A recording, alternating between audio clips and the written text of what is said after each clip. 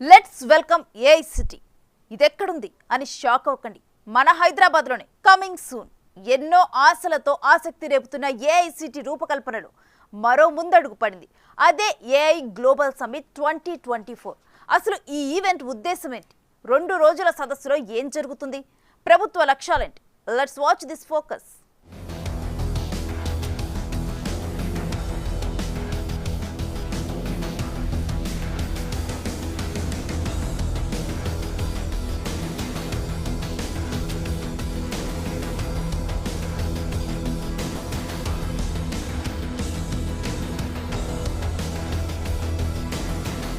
ఎందుగలదు అందులేదని సందేహం వలదు, ఎందెందు వెతికినా అందందే కలదు ఏఐ. ఎస్, ఇప్పుడు ఏ రంగంలో చూసినా ఆర్టిఫిషియల్ ఇంటెలిజెన్స్ దూరిపోతుంది. ఎడ్యుకేషన్, హెల్త్, అగ్రికల్చర్ అన్నింట్లో నూతన ఆవిష్కరణలకు ఊతమిస్తున్నాయి. మనిషి పనిని మరింత ఈజీ చేస్తున్నాయి. అందుకే ప్రపంచం మొత్తం ఇప్పుడు ఏఐ వైపు చూస్తుంది. మనకేం తక్కువ అంటూ ప్రపంచంతో పాటు వేగంగా పరుగులు పెడుతుంది తెలంగాణ. దేశంలో కనీవిని ఎరుగని రీతిలో సరికొత్త కార్యక్రమానికి శ్రీకారం చుట్టింది. అదే ఏఐ గ్లోబల్ సమ్మిట్ 2024.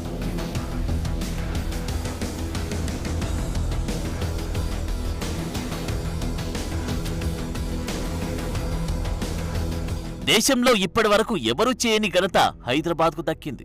గురువారం హైదరాబాద్లోని హెచ్ఐసిసి వేదికగా 2 రోజుల పాటు ఏఐ గ్లోబల్ సమ్మిట్ 2024 ప్రారంభమైంది. ఈ కార్యక్రమాన్ని మంత్రి శ్రీధర్ బాబు ప్రారంభించగా 200 ఎకరాల్లో నిర్మిస్తున్న ఏఐ సిటీ లోగోను 25 అంశాలతో కూడిన ఒక స్పష్టమైన రోడ్ మ్యాప్ను సీఎం రేవంత్ రెడ్డి లాంచ్ చేశారు.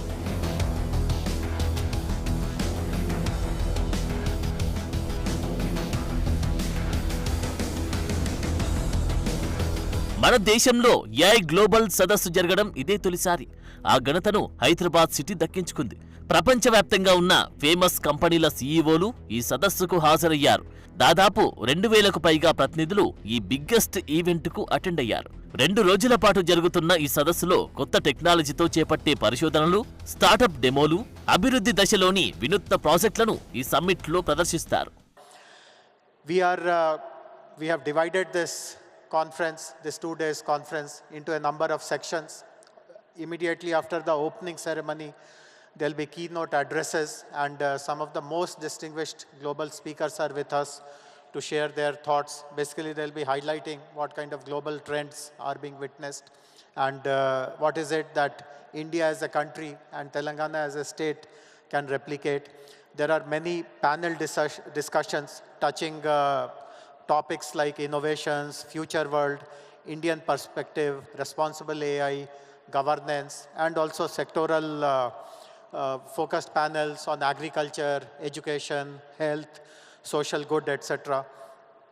We have also lightning demos. We have identified some young startups.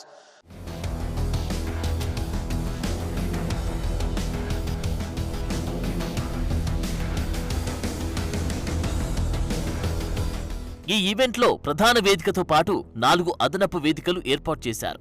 అన్ని వేదికలపై ఏఐకి సంబంధించి వేర్వేరు అంశాలపై చర్చలు, ఇష్టాగోష్ఠి సెషన్స్ నిర్వహించే ఏర్పాట్లు చేశారు. High profile panel discussion, interactive సెషన్లు ఏర్పాటు చేశారు. అంటే ఓ విధంగా ఏఐ గురించి తెలుసుకోవాలంటే తెలంగాణకు రావాల్సిందేనన్నమాట. నిజానికి ఇలాంటి ఐడియా ఇండియాలో ఏ రాష్ట్రానికి రాలేదు. అందుకే కాంగ్రెస్ సర్కార్ అధికారంలోకి రావడానికి ముందు, అంటే ఎన్నికల ముందే డిక్లరేషన్లో చెప్పినట్టే ఏఐకి ప్రాధాన్యత ఇస్తున్నారు.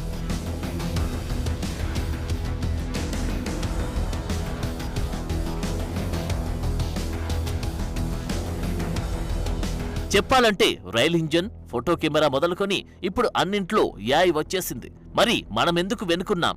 లేదు, మనం అభివృద్ధి చెందుతున్న నగరాలకు పోటీగా ఉండాలి.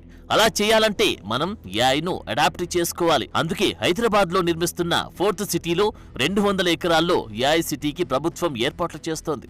తద్వారా తెలంగాణలో పెట్టుబడులు పెట్టడానికి అవకాశం ఇస్తోంది. సీఎం రేవంత్ రెడ్డి కూడా ఇదే ధోరణితో ముందుకు వెళ్తున్నారు. We have already taken big steps for AI. We want to lay a strong foundation for our future.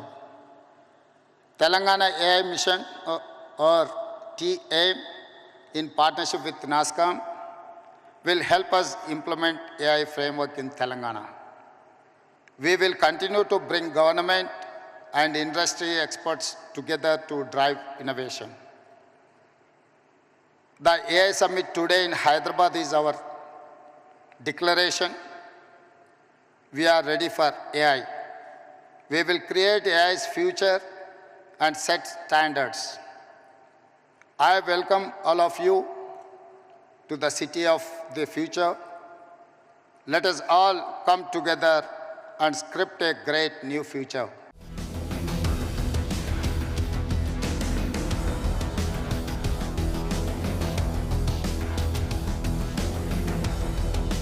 ఇక తెలంగాణను $1 ట్రిలియన్ ఆర్థిక వ్యవస్థగా తీర్చిదిద్దుతామన్నారు మంత్రి శ్రీధర్ బాబు.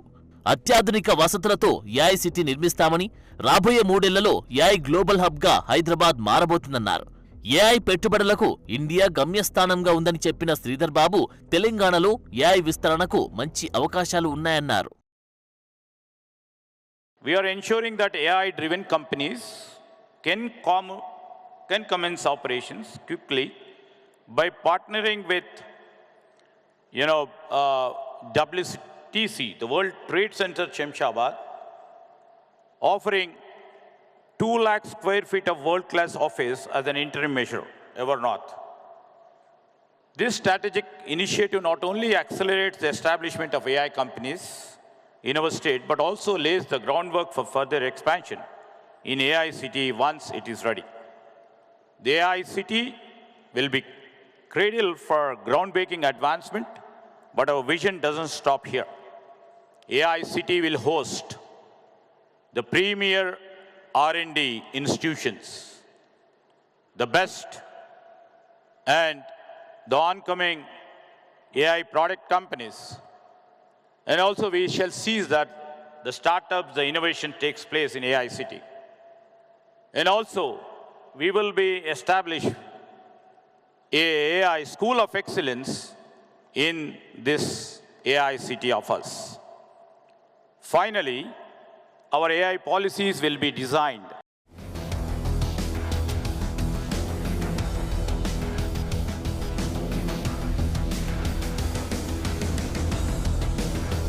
తెలంగాణలో కాంగ్రెస్ సర్కార్ అధికారంలోకి వచ్చిన నాటి నుంచి ఏఐ ఎంత ముఖ్యమో చెబుతూనే ఉంది. ఆ దిశగా అడుగులు కూడా వేస్తోంది.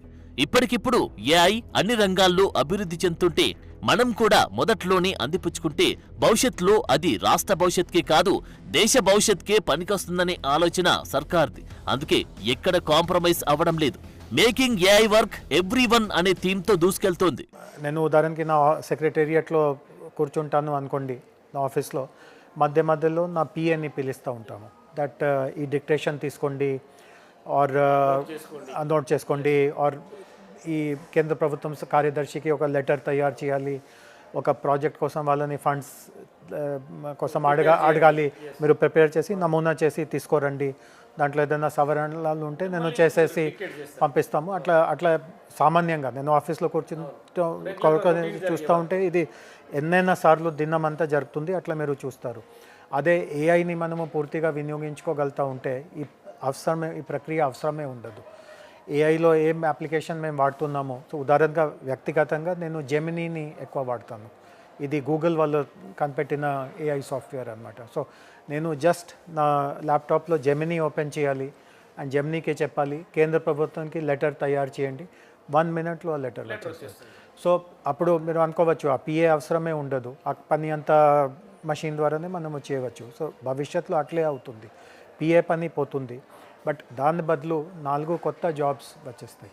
అంటే ఈ సాఫ్ట్వేర్ ఇప్పుడు ఉదాహరణకి నేను జెమినీకి చెప్తాను కేంద్ర ప్రభుత్వానికి లెటర్ రాయండి, వాళ్ళు రాసిన లెటర్లో చాలా మిస్టేక్స్ ఉంటాయి.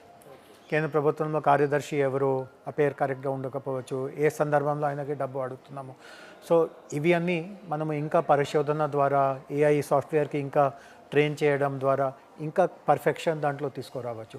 సో ఆ పని 4 చేస్తారు. సో ఒక పని పిఏ పని పోతుంది, బట్ దాని బదులుగా ఏఐ మోడల్స్కి అదనంగా అవకాశం వస్తుంది. బట్ వాస్తవికత ఏముంది అంటే ఎవరు జాబ్ పోతుందో అండ్ ఎవరికి కొత్త జాబ్ వస్తుందో వాళ్ళు సేమ్ వ్యక్తులు కాదు. పిఏకి జాబ్ పోతుంది, బట్ కొత్తగా 4 ఎవరో ఈ జాబ్స్ పొందగలుగుతారు.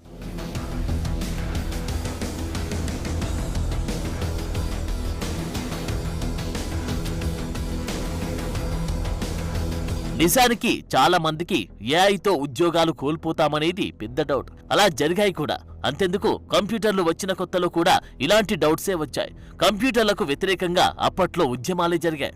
ఇప్పుడు ఏఐ రాకతో సేమ్ సిచ్యువేషన్. కానీ అందరూ అనుకున్నట్లు ఏఐతో ఉద్యోగాలు పోవు, కొత్త ఉద్యోగాలు వస్తాయి. అది ఎలా? వారి ఉద్యోగాల కోసం ఏం చేయాలి? ఇలాంటి అన్ని డౌట్స్ ఏఐ సదస్సులో ప్రధానంగా చర్చించారు. అంటే ప్రభుత్వం పెట్టుబడులే కాదు, యువతకు ఉద్యోగాలు కల్పించే విషయంలో కూడా కట్టుబడి ఉంది.